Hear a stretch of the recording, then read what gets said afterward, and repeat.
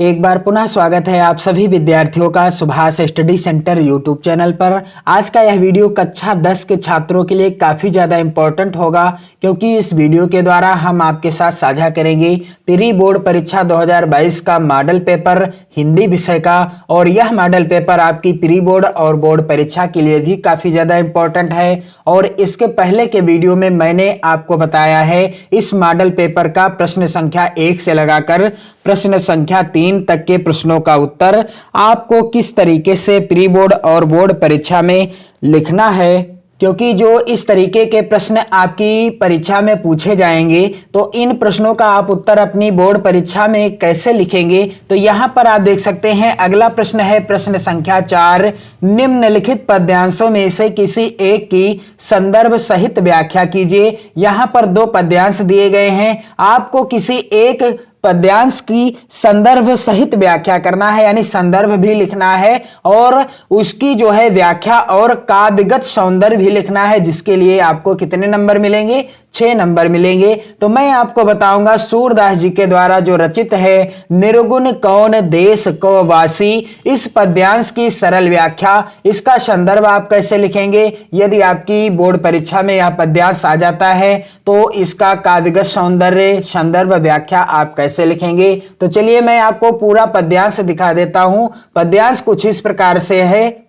यहां पर आप देख सकते हैं निर्गुण कौन देश को वासी, मधुकर कहि समुझाई सौह दय, बूझत साँच नहासी, को है जनक कौन है जननी, कौन नारी को दासी, कैसो बरन वेश है कैसो, कहीं रस में अभिलाषी, पावोगे पुन कियो आपनो, जो रे कहोगे उगासी, सुनत मौन होए रहो बावरो, सूर सबे मत नासी। तो आपको चैनल की प्लेलिस्ट में सूरदास जी के जितने भी पद हैं, सूरदास जी के आपकी पाठ्य पुस्तक में कितने पद हैं? कुल 11 पद हैं। और इन सभी पदों की व्याख्या से रिलेटेड वीडियो मैंने आपको उपलब्ध करा दिया है, आप चैनल की प्लेलिस्ट में चेक कर सकते हैं। तो किस तरीके से आप इस पद्यांश का संदर्भ लिखेंगे?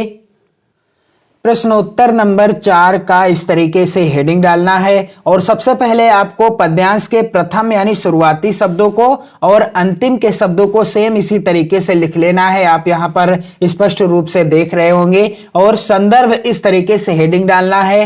प्रस्तुत पद्यांश हमारी पाठ्य पुस्तक हिंदी के काव्य खंड में संकलित पद शीर्षक से उद्धृत है, जो महाकवि सूरदास जी द्वारा रचित सूर सागर महाकाव्य से लिया गया है। सूरदास जी के जितने भी पद हैं, आप सभी पदों का संदर्भ सेम इसी तरीके से लिख सकते हैं। आपकी परीक्षा में सूरदास जी का कोई भी पद या पद्यांश पूछा जाता है तो आप सेम इसी तरीके से संदर्भ लिख सकते हैं कि प्रस्तुत पद्यांश हमारी पाठ्य पुस्तक हिंदी, आपको ब्लैक पेन से लिखना है, के काव्य खंड में संकलित पद, यानी पाठ का नाम यानी शीर्षक का नाम भी आपको ब्लैक पेन से लिखना है और रचयिता का नाम भी आपको ब्लैक पेन से ही लिखना है, जिसके रचयिता कौन है? महाकवि सूरदास जी हैं। और यह जो पद है सूरदास जी के द्वारा रचित सूर सागर महाकाव्य से लिया गया है। बिल्कुल सिंपल सा संदर्भ है, आप आसानी से लिख सकते हैं। तो क्या हो जाएगी इस पद्यांश की व्याख्या? तो यहां पर आप देख सकते हैं पद्यांश क्या है?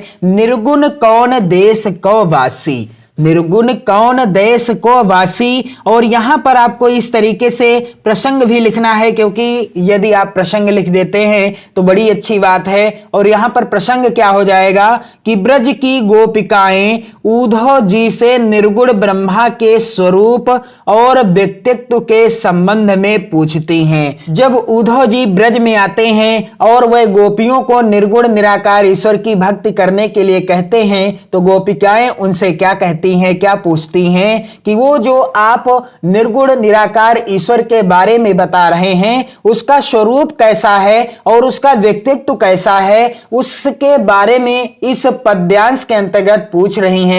और प्रसंग वही होता है जो पद या पद्यांश के अंतर्गत जिसके बारे में वर्णन किया गया हो। तो यहां पर गोपिकाएं उद्धव जी से उस निराकार निर्गुण ईश्वर के बारे में पूछ रही हैं। और क्या हो जाएगी व्याख्या? निर्गुण कौन देश को वासी, मधुकर कहि समुझाई सौह दय, भूझति साँच न हासी। निर्गुण कौन देश को वासी। इस तरीके से आपको हेडिंग डालना है व्याख्या, और यहां पर आप देख सकते हैं क्या हो जाएगी व्याख्या कि हे उद्धव जी, मैं आपको सौगंध देकर पूछती हूं। गोपिकाएं कहती हैं कि हे उद्धव जी, हम सभी आपको सौगंध देकर पूछती हैं, और यह हंसी नहीं करती, यह हंसी मजाक की बात नहीं है। आप हमें यह समझा कर बतला दीजिए कि आप जिस निर्गुण ब्रह्मा की चर्चा कर रहे हैं वह किस देश के रहने वाले हैं। निर्गुण कौन देश को वासी, मधुकर कही समुझाई सौह दे, बूझत साच नहासी। हम आपको सौगंध देकर पूछती हैं कि जो आप बता रहे हैं, जिस निराकार ईश्वर की उपासना करने के लिए कह रहे हैं, वह किस देश का रहने वाला है। को है जनक, कौन है जननी, कौन नारी को दासी। क्या कहती हैं गोपियां, उनसे पूछती हैं उद्धव जी से कि वह किस देश के रहने वाले हैं और कौन उनकी माता है। को है जनक, कौन है जननी, और कौन उनके पिता हैं, कौन उनकी माता हैं, कौन उनके पिता हैं, कौन नारी को दासी, और कौन उनकी पत्नी है और कौन उनकी दासी हैं। कौन उनकी पत्नी है और कौन उनकी दासी हैं। कैसो बरन देश है कैसो, के ही रस मैं अभिलाषी। आगे क्या हो जाएगी व्याख्या। गोपिकाएं कहती हैं कि वह किस प्रकार का, आगे व्याख्या क्या हो जाएगी कि उनका रंग कैसा है। कैसो बरन देश है कैसो, कहीं रसमय अभिलाषी। उनका रंग कैसा है, वह किस प्रकार के आनंद की अभिलाषा करते हैं। हे उद्धव जी, पाओगे पुण्य कियो आपनो, जो रे कहोगे गासी, सुनत मौन होए रहो बावरो, सूर सबे मत नासी। क्या हो जाएगी व्याख्या कि हे उद्धव जी, गोपिकाएं कहती हैं हे उद्धव जी, यदि आप इसे बताने में किसी प्रकार का छल कपट करेंगे, यदि आप इस बात को बताने में किसी प्रकार का छल कपट करेंगे, तो निश्चय ही उसका बुरा परिणाम आपको मिलेगा। यानी आपने यदि हमसे छल कपट किया तो उसका परिणाम आपको मिलेगा। गोपिकाओं के इन प्रश्नों को सुनकर उद्धव जी बावले से होकर चुप हो गए, मानो उनका सारा विवेक ही नष्ट हो गया। सुनत मौन होए रहो बावरो, सूर सबे मत नासी। मोस्ट इंपॉर्टेंट है यह पद्यांश आपकी प्री बोर्ड और बोर्ड परीक्षा के लिए। अब इस पद्यांश का आपको काव्यगत सौंदर्य कैसे लिखना है, इस तरीके से आपको हेडिंग डालना है काव्यगत सौंदर्य। और क्या हो जाएगा काव्यगत सौंदर्य। भाषा, भाषा क्या है, दिए गए पद्यांश की ब्रजभाषा है। रस कौन सा है, इस पद्यांश में वियोग श्रृंगार है। और छंद कौन सा है, यहाँ पर गेय पद छंद है। तथा अलंकार कौन सा है, इस पद्यांश में अनुप्रास अलंकार है।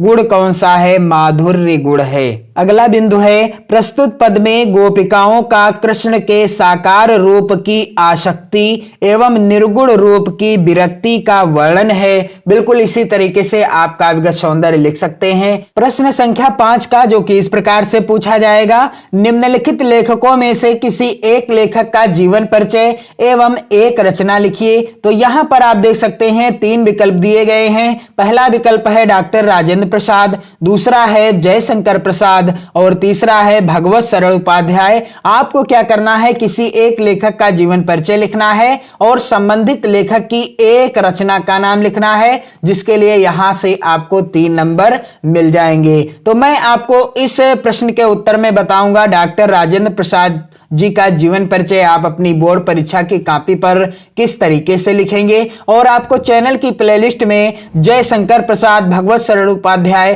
तथा अन्य महत्वपूर्ण लेखकों से रिलेटेड वीडियो देखने को मिल जाएंगे, जिसमें मैंने बताया है महत्वपूर्ण लेखकों का जीवन परिचय बिल्कुल आसान शब्दों में। तो किस तरीके से आप लिखेंगे डॉक्टर राजेंद्र प्रसाद जी का जीवन परिचय बोर्ड परीक्षा की कॉपी पर, यहां पर आप देख सकते हैं आपको हेडिंग डालना है डॉक्टर राजेंद्र प्रसाद। और आपको जीवन परिचय लिखते समय तथा अन्य प्रश्नों के उत्तर लिखते समय सिर्फ ब्लैक और ब्लू यानी काला और नीले पेन का ही इस्तेमाल करना है, रेड पेन का इस्तेमाल आप कहीं पर नहीं करेंगे। और इस तरीके से हेडिंग डाली जाएगी जीवन परिचय। बिल्कुल आसान है इनका जीवन परिचय। यहां पर आप देख सकते हैं, भारत रत्न डॉक्टर राजेंद्र प्रसाद का जन्म सन 1884 ईस्वी में बिहार प्रदेश के छपरा जनपद के जीरादेई नामक गांव में हुआ था।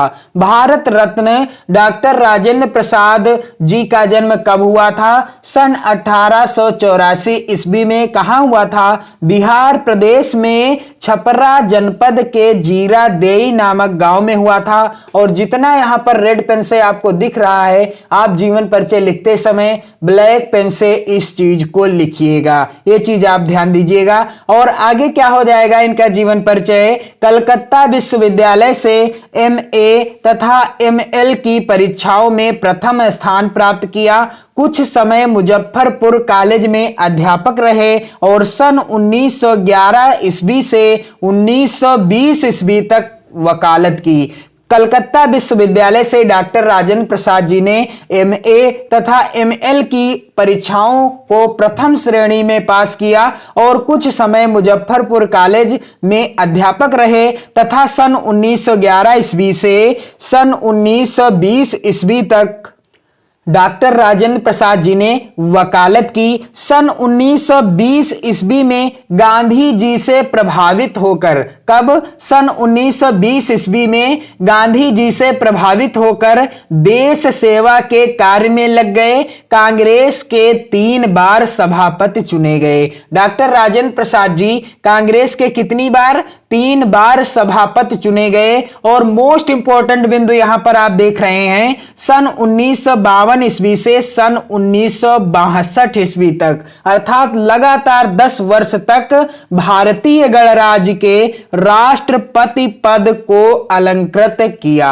डॉक्टर राजेंद्र प्रसाद ही एक ऐसे व्यक्ति थे जो भारत के प्रथम राष्ट्रपति थे। और ये भारत के प्रथम राष्ट्रपति कब चुने गए? सन 1952 ईस्वी में चुने गए और ये सन 1962 ईस्वी तक राष्ट्रपति के पद पर रहे। और यहां पर आप देख सकते हैं, जीवन भर राष्ट्र की निस्वार्थ सेवा करते हुए ये 28 फरवरी 1963 ईस्वी को दिवंगत हो गए, यानी इनका परलोक वास हो गया। तो डॉक्टर राजेंद्र प्रसाद जी का जन्म कब हुआ? सन 1884 ईस्वी में। कहां हुआ? बिहार प्रदेश में छपरा जनपद के जीरादेई नामक गांव में हुआ।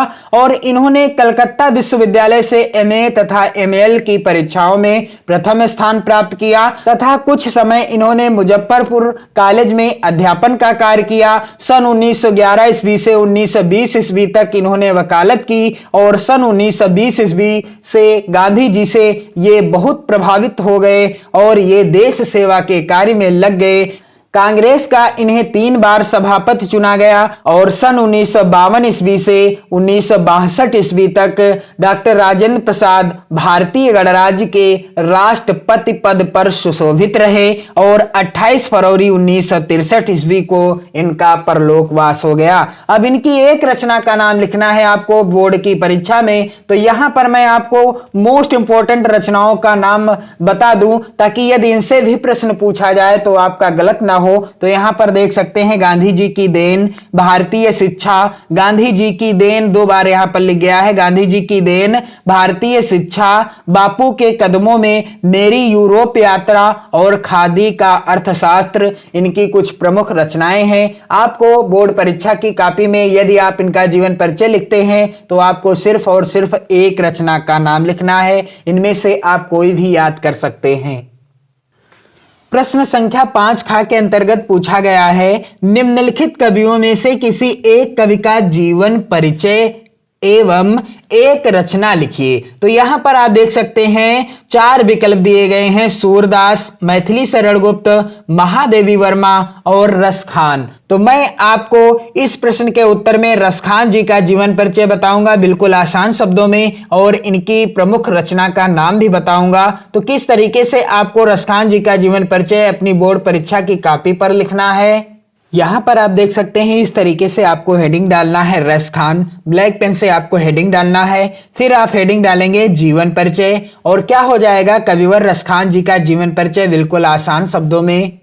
श्री कृष्ण के अनन्य उपासक, सरस काव्य के निर्माता कविवर रस खान वास्तव में रस की खान थे। उनका संपूर्ण काव्य भी रस की खान है और रस खान का असली नाम सैयद इब्राहिम था। रस खान जी का असली नाम क्या था, सैयद इब्राहिम था। बाद में वैष्णव धर्म स्वीकार कर लेने पर इनका नाम रस खान पड़ गया। जब इन्होंने वैष्णव धर्म स्वीकार कर लिया तब इनका नाम क्या पड़ गया, रस खान पड़ गया। तो प्रश्न पूछा जाता है कि रस खान का असली नाम क्या था, सैयद इब्राहिम था। रस खान का पूरा जीवन अंधकार के गर्त में छिपा है। अब तक इनके विषय में इतना पता चला है कि इनका जन्म सन 1558 ईस्वी में हुआ था। रस खान जी का जन्म कब हुआ था, इतना पता चलता है विद्वानों के अनुसार कि इनका जन्म सन 1558 ईस्वी में हुआ था। ये दिल्ली के पठान थे। कुछ विद्वानों ने इन्हें पिहानी का निवासी बताया है, किंतु इस विषय में कोई पुष्ट प्रमाण उपलब्ध नहीं है। रस खान की प्रेम वाटिका नामक पुस्तक के निम्नलिखित दोहे से प्रतीत होता है कि ये किसी बादशाह के वंश से संबंधित थे। और दोहा क्या है, देख गदर हित साहिबी, दिल्ली नगर मसान, छिनहि बादशाह वंश की, ठसक छाड़ रस खान। और आगे क्या लिखेंगे आप जीवन परिचय में इनके, कहते हैं कि रस खान को किसी स्त्री के साथ प्रेम हो गया था, किंतु उस स्त्री ने इन्हें अपमानित कर दिया और इस कारण इन्हें वैराग्य हो गया। तब इन्होंने गोसाई विठलनाथ से दीक्षा लेकर वैष्णव धर्म स्वीकार कर लिया और तभी से इनका नाम रस खान हो गया या रस खान पड़ा। सन 1618 ईस्वी में इनका देहांत हो गया। तो रस खान जी का देहांत कब हो गया, सन 1618 ईस्वी में हुआ। और जन्म कब हुआ, सन 1558 ईस्वी में हुआ। और इनकी प्रमुख रचनाएं कौन सी हैं, प्रेम वाटिका जिसमें 25 दोहे हैं और सुजान रस खान जिसमें 139 छंद हैं। तो इस तरीके से आप रस खान जी का भी जीवन परिचय आसानी से लिख सकते हैं। प्रश्न संख्या 6 के अंतर्गत पूछा गया है, निम्नलिखित का संदर्भ सहित हिंदी में अनुवाद कीजिए। तो यहां पर आप देख सकते हैं संस्कृत का एक गद्यांश दिया गया है। आपको इस गद्यांश का संदर्भ लिखना है और हिंदी में अनुवाद करना है, अथवा आप दिए गए इस श्लोक का संदर्भ लिख सकते हैं और हिंदी में अनुवाद कर सकते हैं। तो इस प्रश्न के उत्तर में मैं आपको बताऊंगा जो अथवा में पूछा गया है श्लोक, इसका आप संदर्भ कैसे लिखेंगे और हिंदी में अनुवाद कैसे करेंगे। तो यहां पर आप देख सकते हैं यह प्रश्न जो पूछा जाएगा 4 नंबर का पूछा जाएगा और यह श्लोक जो दिया गया है मोस्ट इंपॉर्टेंट है आपकी बोर्ड परीक्षा के लिए। मानम हित्वा प्रियो भवति, क्रोधम हित्वा न सोचति, कामम हित्वार्थवान भवति, लोभम हित्वा सुखी भवेत। इस श्लोक का संदर्भ क्या हो जाएगा, किस तरीके से आपको लिखना है इस श्लोक का संदर्भ। इस तरीके से आपको हेडिंग डालना है प्रश्नोत्तर नंबर 6 का अथवा, और श्लोक का पहला शब्द यानी श्लोक के पहले शब्दों को और अंतिम के शब्दों को इस तरीके से लिख लेना है। फिर आपको हेडिंग डालना है संदर्भ। क्या हो जाएगा संदर्भ, प्रस्तुत श्लोक हमारी पाठ्य पुस्तक हिंदी के संस्कृत खंड के जीवन सूत्राणि पाठ से उद्धृत है। प्रस्तुत श्लोक हमारी पाठ्य पुस्तक हिंदी के संस्कृत खंड के किस पाठ से लिया गया है, जीवन सूत्र पाठ से उद्धृत है। और इसका हिंदी अनुवाद क्या हो जाएगा, तो इस तरीके से आपको हिंदी अनुवाद हेडिंग डालना है। और यहां पर आप देख सकते हैं श्लोक में पूछा गया है, मानम हित्वा प्रियो भवति, क्रोधम हित्वा न शोचति, कामम हित्वार्थवान भवति, लोभम हित्वा सुखी भवेत। क्या हो जाएगा हिंदी अनुवाद, मनुष्य अहंकार को छोड़कर प्रिय हो जाता है। मानम हित्वा प्रियो भवति, मनुष्य अहंकार को छोड़कर क्या हो जाता है, सबका प्रिय हो जाता है। मनुष्य क्रोध को छोड़कर शोक नहीं करता है। क्रोधम हित्वा न सोचति, और मनुष्य कामना को छोड़कर धनवान हो जाता है, मनुष्य लोभ को छोड़कर सुखी हो जाता है। मानम हित्वा प्रियो भवति, क्रोधम हित्वा न शोचति, कामम हित्वार्थवान भवति, लोभम हित्वा सुखी भवेत। मनुष्य अहंकार को छोड़कर प्रिय हो जाता है, मनुष्य क्रोध को छोड़कर शोक नहीं करता है, मनुष्य कामना को छोड़कर धनवान हो जाता है और मनुष्य लोभ को छोड़कर सुखी हो जाता है। तो इस तरीके से आप इस श्लोक का संदर्भ और हिंदी में अनुवाद कर लेंगे और यहां से आपके 4 नंबर पक्के हो जाएंगे। अगला प्रश्न यहां पर आप देख सकते हैं, पूछा गया है प्रश्न संख्या 7 का के अंतर्गत अपनी पाठ्य पुस्तक से कंठस्थ किया गया कोई एक श्लोक लिखिए जो इस प्रश्न पत्र में ना आया हो। तो यहां पर आप देख सकते हैं, यहां पर जो प्रश्न संख्या 6 है और 6 के अथवा में जो प्रश्न पूछा गया है, यानी जो पद्यांश दिया गया है, यानी जो श्लोक दिया गया है, यहां पर यह श्लोक आया है, इसलिए आपको प्रश्न संख्या 7 के अंतर्गत इस श्लोक को नहीं लिखना है। आप वही श्लोक लिखेंगे प्रश्न संख्या 7 का के अंतर्गत जो पेपर में ना पूछा गया हो। तो यहां पर आप देख सकते हैं, इस तरीके से आपको हेडिंग डालना है प्रश्नोत्तर नंबर 7 का और श्लोक इस तरीके से लिख देना है। सर्वे भवन्तु सुखिनः, सर्वे सन्तु निरामयः, सर्वे भद्राणि पश्यन्तु, मा कश्चिद दुख भाग भवेत।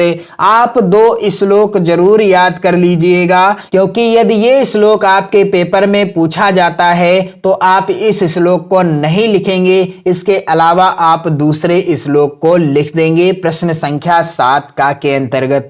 सर्वे भवन्तु सुखिनः, सर्वे सन्तु निरामयः, सर्वे भद्राणि पश्यन्तु, मा कश्चिद दुख भाग भवेत। बिल्कुल सिंपल सा श्लोक है, यहां पर आप देख सकते हैं, इस तरीके से आपको लिख देना है। प्रश्न संख्या 7 का जो कि इस प्रकार से पूछा गया है, निम्नलिखित प्रश्नों में से किन्हीं 2 प्रश्नों का उत्तर संस्कृत में दीजिए। तो यहां पर आप देख सकते हैं 2 नंबर का यह प्रश्न आया हुआ है। आपको क्या करना है, दिए गए 4 प्रश्नों में से किन्हीं 2 प्रश्नों के उत्तर संस्कृत में देना है और 2 नंबर पक्के कर लेना है। तो इस प्रश्न का उत्तर मैं आपको वीडियो के अगले पार्ट में दूंगा और आप इस वीडियो को अपने मित्रों में ज्यादा से ज्यादा शेयर करें, ताकि आपके साथ साथ आपके मित्रों को भी लाभ पहुंचता रहे। और आपका परम कर्तव्य है कि आप अपने मित्रों की सहायता करें, क्योंकि आपका जो गद्यांश का जो हिंदी का जो पहला पाठ है मित्रता, जिसमें आपके महान लेखक आचार्य रामचंद्र शुक्ल जी ने मित्रता का सही अर्थ बताया है और हमें सच्चे मित्र की मदद करनी चाहिए, हमें सच्चा मित्र बनने का प्रयास करना चाहिए। तो पढ़ते रहिए, मस्त रहिए और चैनल की प्लेलिस्ट के द्वारा अपनी बोर्ड परीक्षा 2022 की विधिवत तैयारी कर सकते हैं वीडियो देखकर। जय हिंद।